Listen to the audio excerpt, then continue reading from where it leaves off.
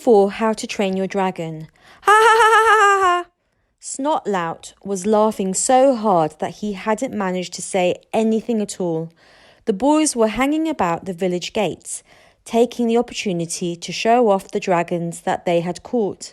Hiccup had tried to walk through without being noticed, but Snotlout had stopped him.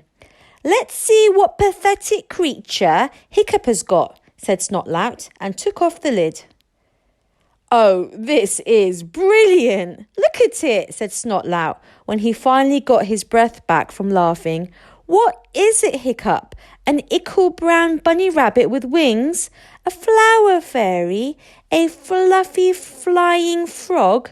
Gather round, everybody, and see the magnificent animal that our future leader has caught himself." "Oh, Hiccup, you are useless," crowed Speedyfest. "You're the son of a chief, for Thor's sake. Why didn't you get one of those new monstrous nightmares with a 6-foot wingspan and extra extendable claws? They're really mean killers, they are." "I have one," grinned Snotlout, gesturing to the terrifying-looking flame-red animal fast asleep in his basket. "I think I shall call her Fireworm. What are you going to call yours, Hiccup? Sweetums? Sugarlips? Babyface?" Hiccup's dragon took this particular moment to give a huge yawn, opening his tiny mouth wide to reveal a flickering forked tongue, very pink gums, and absolutely no teeth at all. Snotlout laughed so hard, Dog's Breath had to hold him upright. "Toothless!" cried Snotlout. "Hiccup has found himself the only toothless dragon in the uncivilized world. This is too good, Hiccup. The useless and his dragon toothless." Fishlegs leapt to Hiccup's defence. "Well, you are not allowed that monstrous nightmare that you've got there, snot-faced Snotlout. Only the son of a chief is allowed a monstrous nightmare. That fireworm dragon is Hiccup's by right." Snotlout's eyes narrowed. He grabbed Fishleg's arm and twisted it viciously behind his back. "Nobody's listening to you, you plankton-hearted, fish-legged disaster area," sneered Snotlout.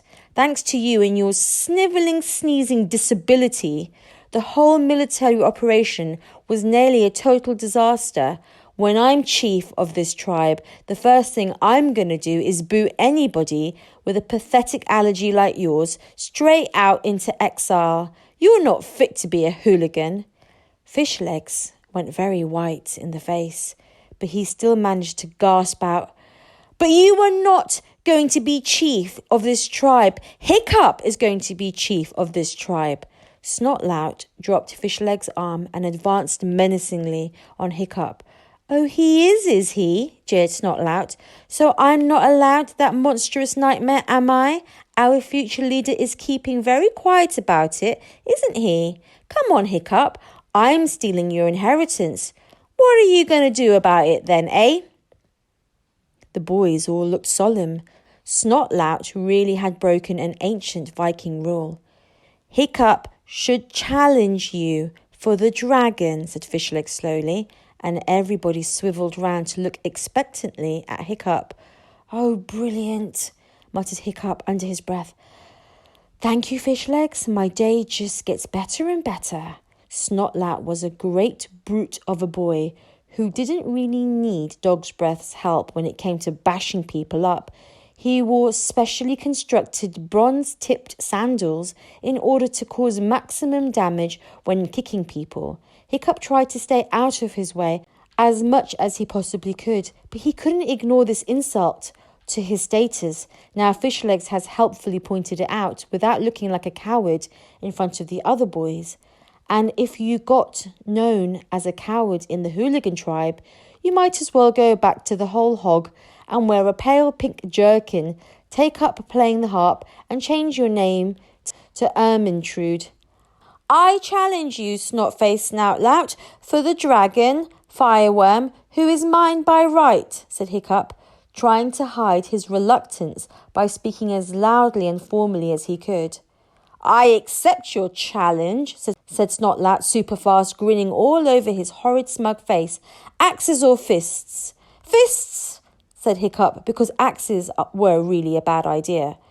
I shall look forward to showing you how a real future hero fights, said Snotlout, and then he remembered something. After the initiation thing on Thursday, though, I don't want to stub my toe or anything while I'm kicking you around the village. Hiccup might win, Fisherlegs pointed out. Of course he won't win, boasted Snoutlout. Look at my sporting abilities, my Viking courage, my capacity for mindless violence. I shall win, just as surely as I shall be chief of this tribe one day. I mean, look at my dragon and then look at his dragon.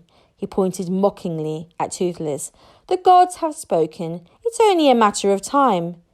In the meantime, Snotlout carried on, I shall live in fear of being gummed to death by Hiccup's terrifying toothless terrapin.